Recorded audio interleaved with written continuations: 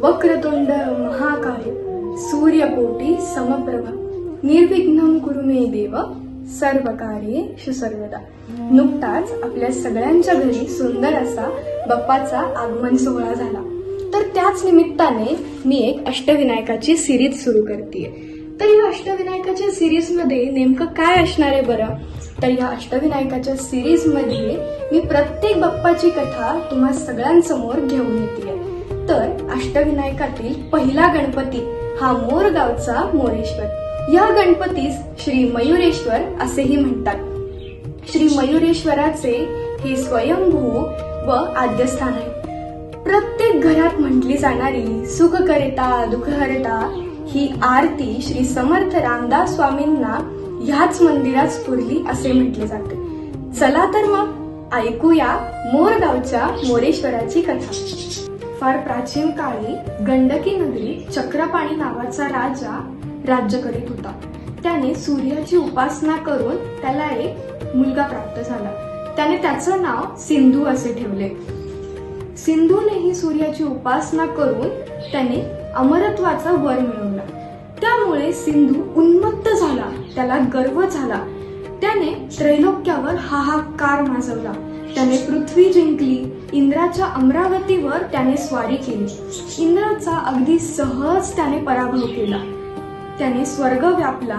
तेव्हा विष्णूने त्याच्याशी युद्ध केले, पण विष्णू सुद्धा हरून गेले. त्यावेळी सिंधूने त्यांना बंदिस्त केलं आणि त्यांनी गंडकी नगरीत राहण्याची विष्णूला आज्ञा दिली.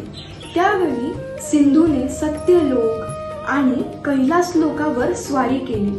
सर्व देवांना त्यांनी गंडकी नगरीत बंदिवासात टाकले. तेव्हा दुःखी झालेल्या देवांनी गणेशाची आराधना सुरू केली.